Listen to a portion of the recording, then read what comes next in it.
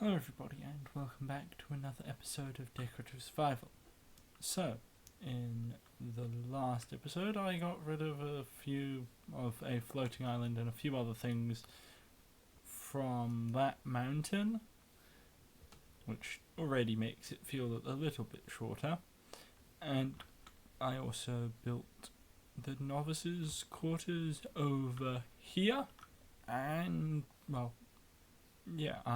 in between episodes, I've really only gotten a lot of cooked salmon. I haven't done much else as I have masses of stone from doing all of that terraforming. So, the first thing that I would like to do today, I would like to build a precinct wall, as it seems to be called. Which basically surrounds the entire abbey, and it's kind of where the abbey grounds ends, essentially. So basically, I'd probably do it to those mountains or close by, and it would probably be quite close on that side because I'd have to go round that mountain. But I could probably expand it out around there a bit more. And yeah, I'd like to at least, I'll probably get started on as much of the wall as I can, but it will be a very large thing, so probably what I'll do is I'll mark it out first and then build parts of it. So yeah, I'm going to get started on that, and then I will be right back. Alright, so in the first little bit of this time lapse, you might have been able to see me going around placing little cobblestone blocks to mark out the wall. I'm not sure how easy that was to see. I'm pretty certain it would be fairly difficult, but I didn't think of that at the time.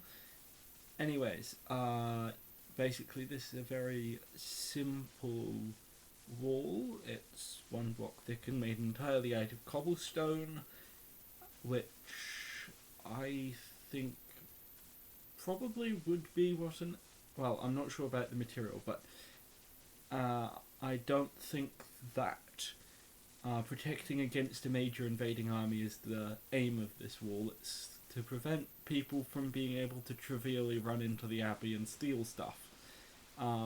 So it's meant to discourage like single people, which makes it not actually need a very thick wall. It's also rather plain because this has to go around an entire abbey, so I didn't want to have any fancy stuff because then I'd need to do that over quite a large area. And yeah, that's just about the end of this time lapse, I think. Alright, so I'm back and I managed to make a wall that goes all the way around the abbey. But the only unfortunate thing is there probably now needs to be a gatehouse, which I'm thinking could go somewhere over here, because otherwise I probably won't be able to get in or out, which could be a little annoying. So I'd like to get started on that. I'm going to have to break this wall down. Hopefully that should be the last time to do that, because I should get a gatehouse, which I'm going to get started on now, and then I will be right back. Alright, so I decided to put the gatehouse on this side of the wall because it's the closest side of the wall to the town, and yes, in theory it's less convenient for my nether portal because I have to go all the way round to here and then back round the wall, but I actually don't use my nether portal all that much, and therefore I don't think that that's going to be a major inconvenience, and I can kind of also sometimes leap over the wall using my elytra, which real people wouldn't have been able to do, but I can do because I have an elytra. Anyway, yeah, this actually has an upper room to kind of possibly store stuff. Some abbeys used it as a prison or something as well, but I'm thinking of using it to store stuff. And yeah, that's the end of this time lapse. Alright, so I am back, and as you can see, this is the gatehouse. Without a gate, I need to figure out how I want to put in the gate, and unfortunately, in most of the ruins, the gates didn't survive, so I'm currently thinking of putting in some giant doors basically, but I'll still need to figure out how exactly I'll do them and where. It's probably going to be on that side though, because there's access to the upper room here, which probably will be used for storage. I really do need some more storage for dirt, so I might do some basically stuff that I'm never really going to use lots of, but I have large amounts of, or at least stuff that I'm going to only use in bulk and only get in bulk, I suppose. Anyway, the next thing that I'd kind of like to do is remove this really weird water cave here, or at least go over it a little bit. Possibly I won't finish that entire thing in this episode, but I'll at least try. So yeah, I'm going to get started on that, and then I will be right back.